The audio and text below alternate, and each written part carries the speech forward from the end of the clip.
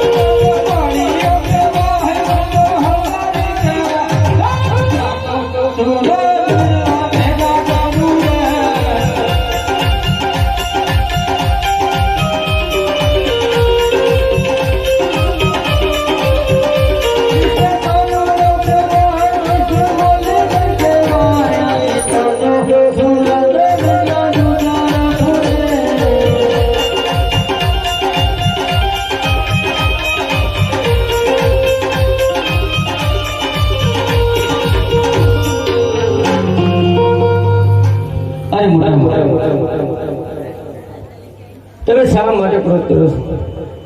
તમારા ક્રોધને તમે શાંત કરી દો અને મને વચન આપો.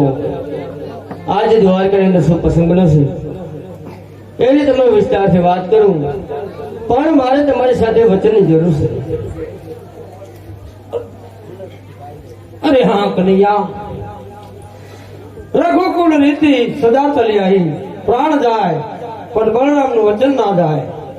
હે રઘુકુળ રીતિ સદા ચાલી આવી, પ્રાણ જાય વચન ના જાય.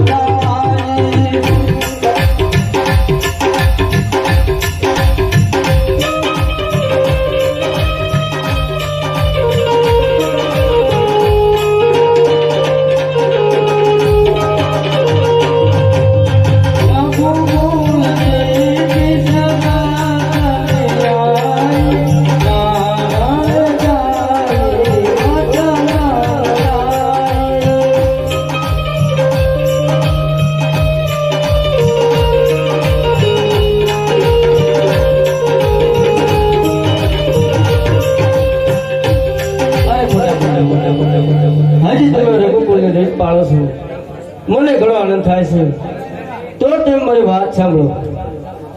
અરે મોટા ભાઈ, આજે દ્વારકામાં એક પ્રસંગ એવો બન્યો છે, જો તમે સાંભળશો તો તમને માન્યામાં પણ નહીં આવે.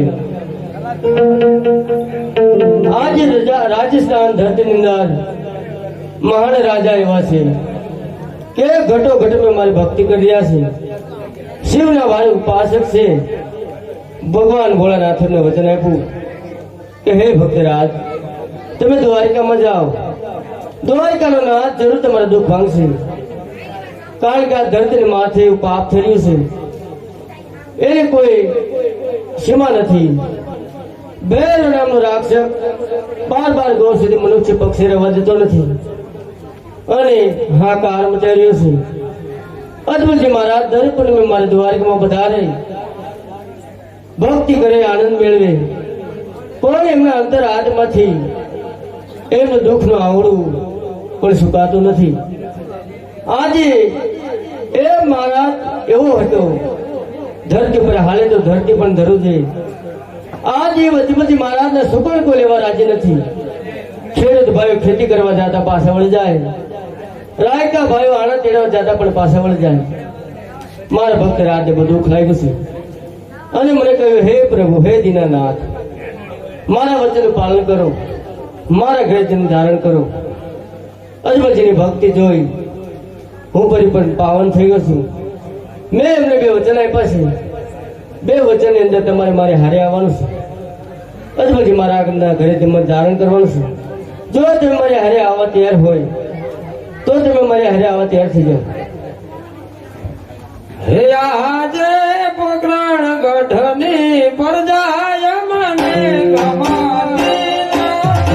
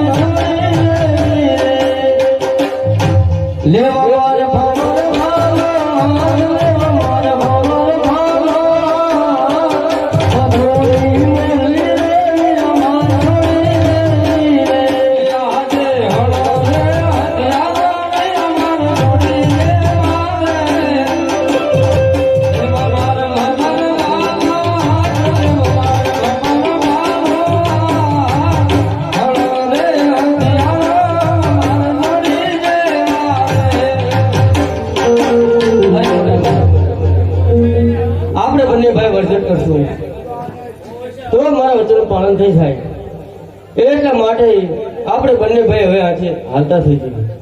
અજમલજી મહારાજને જે મેં વચન આપ્યા છે એ વચનની ખાતર હવે આપણે જાજો સમય રોકાવું નથી. ચાલો આપણે બંને ભાઈ હાલતા થઈ જઈએ. એ કૃષ્ણ અને બલરામ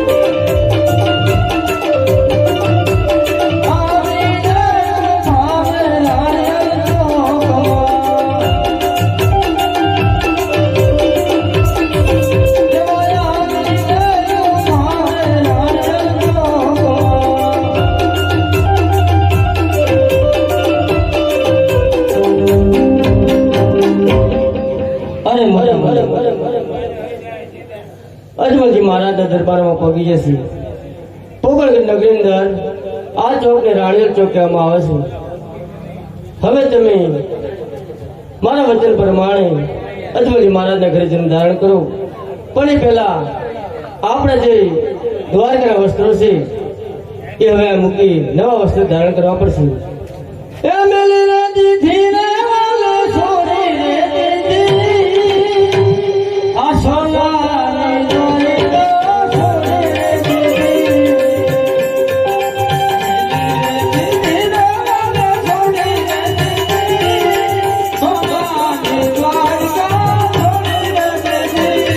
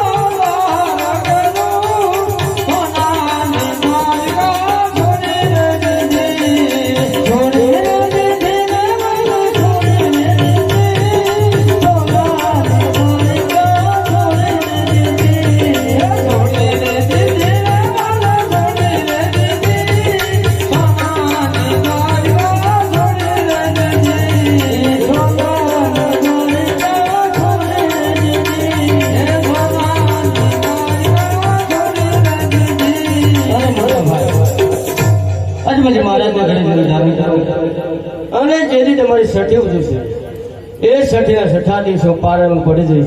જાઓ, મારું વચન છે. બહુ સારું.